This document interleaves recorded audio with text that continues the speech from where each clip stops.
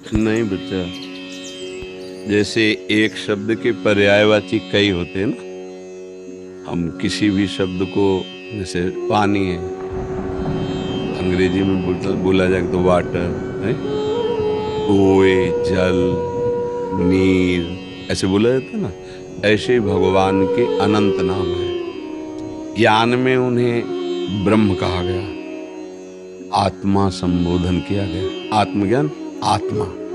योगी जन उसी को परमात्मा बोलते हैं, भक्तजन उन्हीं को भगवान बोलते हैं। और चराचर जगत जिस भाव से उनको बसता है, वही परम तत्व तो उसी भाव से उसको अनुभव में आता है। अब अभेदात्मक भक्ति और भेदात्मक भक्ति, प्रायः दो भाव प्रधान लिए गए हैं। अभेद उपासना में, ज्ञान मार्ग में, तत् त्वम असि, ये वेद का महावाक्य है। तत् वह, त्वम तुम, असि वही हो। अभेद। कैसे अभेद? 100 घड़े में एक सूर्य का प्रकाश पड़ रहा है तो सूर्य के दिखाई दे रहे हैं 100, पर सूर्य के हैं एक है। घड़ों के कारण सूर्य 100 भास रहा है नहीं, और 100 घड़े नष्ट कर दिए गए तो सूर्य कितने मरे, कितने बिगड़े? एक भी नहीं। ऐसे वो एक परमात्मा अनंत शरीरों में, जड़ चैतन्य में उपस्थित है। अनंत, यही उसका योग का ऐश्वर्य है, अनंत रूपों में। अब उसे कोई राम, कोई कृष्ण, कोई देवी, कोई जो जिस भाव से माने, वैसे ही वो उसके ज्ञान में, ध्यान में, अनुभव में आता है। अभेदात्मक भक्ति में तरंग समुद्र में लीन हो गई, नाम रूप दोनों खत्म हो गया। तरंग में क्या था? जल ही तो था, समुद्र ही तो उच्छलित हो रहा था। क्यों उच्छलित हो रहा था? क्योंकि वायु विकार था, इसलिए। बहुत ध्यान से सुनना, क्योंकि अध्यात्म का प्रश्न है ना आपका। जब वायु विकार हुआ तो समुद्र तरंग के नाम से जाना गया। ये तरंग है क्या? मूल में देखो, समुद्र है, वही वायु विकार के कारण। अब वायु हट गई तो बचा क्या? समुद्र ही तो बचा ना। तो बीच में क्या था? समुद्र ही तो था, केवल वायु विकार था ना। ऐसे ही अज्ञान के विकार के कारण हम अपने को प्रभु से अलग सत्ता मान ली। मैं मनुष्य, मैं स्त्री, मैं। अब ये अलग सत्ता मानने के कारण हमारी जन्म कर्म परंपरा चल पड़ी। कभी दुर्गति, कभी शुभ गति, कभी अशुभ गति, इसी में भटक रहे। अगर ये वायु विकार हटे, माया विकार हटे, तो बचा क्या? तो वो है कि अहम ब्रह्मास्मि, मैं ब्रह्म हूं। क्योंकि इसको लेकर थोड़ी मैं बोल रहा है, स्वरूप को लेकर। जब स्थूल शरीर, सूक्ष्म शरीर, कारण शरीर, तीनों से अज्ञान निवृत्त हुआ, तो अपने स्वरूप का जब बोध हुआ तो क्या हुआ? ब्रह्म, मैं वही हूं। ये हुई अभेद, ये हुआ ज्ञान। समझ पाए? अब भक्ति में आते हैं, जिसे हम अंश कहते हैं भगवान का। तो एक टैंकर गंगा जल, एक लोटा गंगा जल, या एक चम्मच गंगा जल, उसे आप क्या बोलेंगे? गंगा जल। जितना अलग हिस्से में माना गया, पर है क्या वो? गंगा जल ही तो। आप ऐसा नहीं कह सकते कि एक चम्मच वाला गंगा जल नहीं है। समझ रहे ना? हम भगवान के अंश हैं। कब तक? जब तक इसको माने हुए।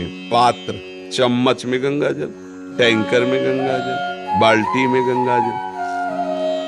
अंश रूप से मानना पात्रता के अनुसार हुआ, शरीर को लेके। और जहां शरीर का भाव हटा तो जानत तुम्हें वो भगवत स्वरूप हो जाता है। अब भगवत स्वरूप होकर ज्ञानी जन मुक्त हो जाते हैं, और प्रेमी जन अपने आप से अपने आप की आराधना करके मगन रहते हैं। प्रभु और वो दो नहीं रह गए, दो ना रहते हुए भी दो रूपों में खेल रहे हैं। इसलिए ये और गाढ़ा रस हो जाता है। ज्ञान से भी श्रेष्ठ प्रेम है, क्योंकि ज्ञान ब्रह्मानंद में जे ही जनक जी महाराज भगवान श्री राम पर पहली दृष्टि पड़ी तो विश्वामित्र जी महामुनि ज्ञानी हैं, उनसे कह रहे हैं कि इन्हीं विलोकत अति अनुरागा बरबस ब्रह्म सुखई मन त्यागा। ये क्या हो रहा है? मेरा मन जो ब्रह्म सुख में स्थित है, ब्रह्म सुख में कौन सा मन स्थित होता है? जिसमें किसी का रूप, किसी का शब्द, किसी का स्पर्श, किसी की गंध ये प्रभाव नहीं डालती, जिस मन में, वो ब्रह्म सुख में स्थित माना जाता है। पर आज रूप ने परास्त कर दिया। राम रूप को देखते ही जनक जी महाराज कह रहे, सहज विराग रूप मन मोरा। मेरा मन तो सहज वैराग्यवान है, पर लेकिन इनको ऐसे देख रहा है जैसे चंद्रमा को चकोर देखता है। बरबस ब्रह्म सुखई मन त्यागा। ये क्या हो रहा है? तो जानते हो क्या है? इन्हीं विलोकत अति अनुरागा। अनुराग माने प्रेम। देखो भगवान का प्रेम रूप ऐसा है कि ब्रह्म सुख का बरबस त्याग करके प्रेम रूप में जनक जी अधीन हो रहे हैं। और जनक जैसे ज्ञानी परमहंस सुखदेव जी के गुरु जी हैं, जनक जी अभेद होते हुए भी भाव में भेद स्वीकार करके ये प्रेम का खेल, ये अनंतानंद है, वो अखंडानंद है। समझ रहे? तो प्रेमी जब इस प्रेम रस को प्राप्त होते हैं तो भगवत स्वरूप होते हैं। मैं नहीं रह जाता।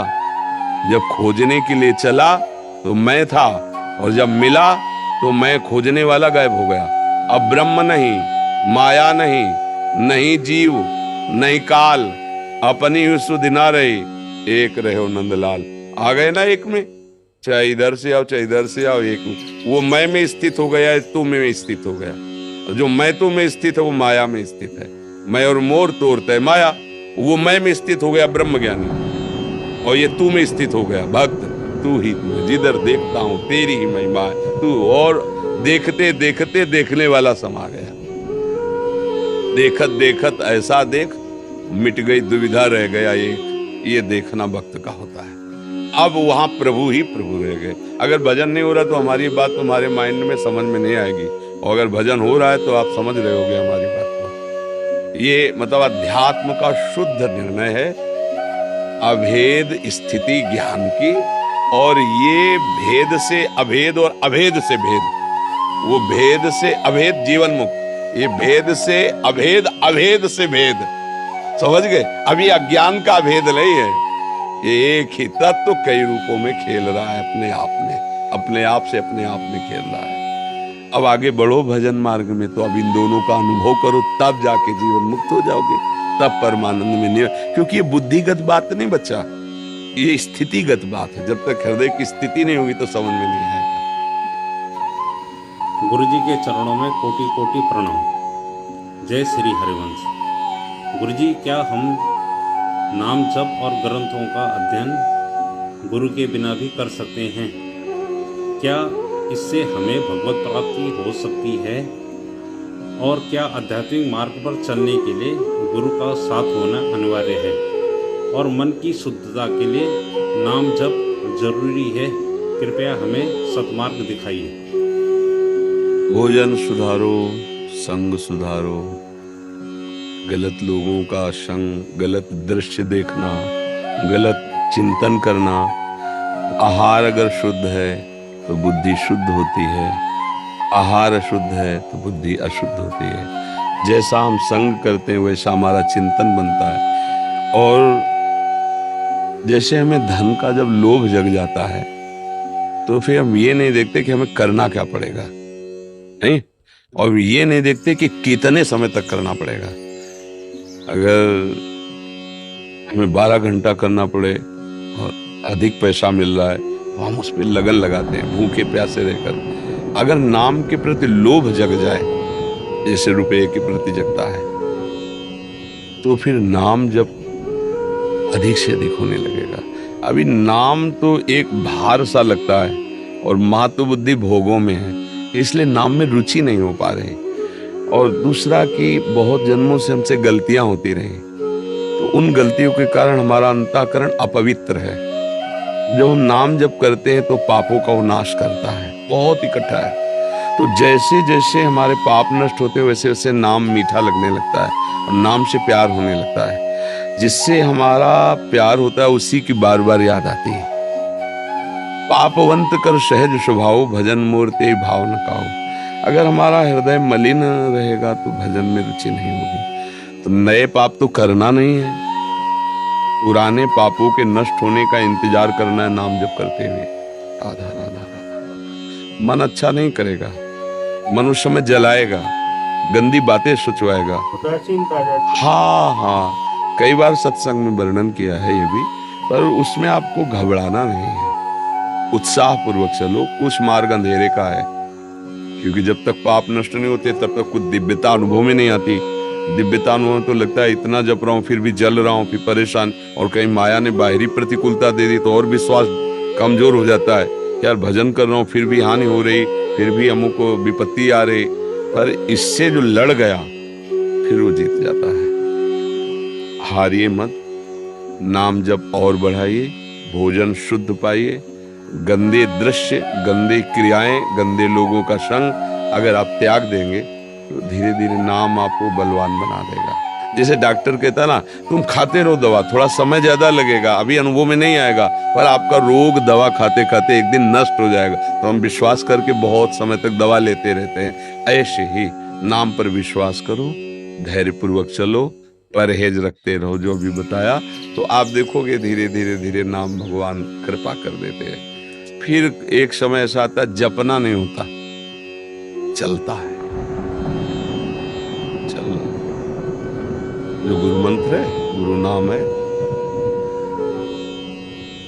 कभी एकदम रोना आता है, कभी एकदम प्रभु की झांकी आती है, उनकी करुणा भी निहाल हो जाता है। मतलब ये बातें कहने से उपहास होता है, जीवन सार्थक हो जाता है।